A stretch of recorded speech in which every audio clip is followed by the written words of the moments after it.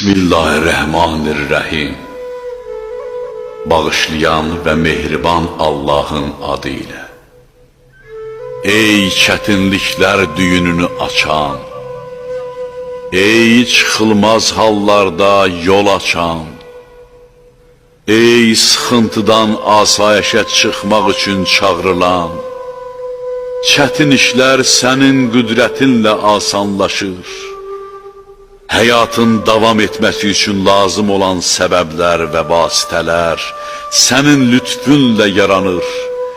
Qəza qədər sənin qüdrətinlə dövran edir və hər bir şey sənin iradən əsasında meydana gəlir. Bəs yalnız sənsən ki, bir hökm vermədən hər bir şey sənə itaət edir.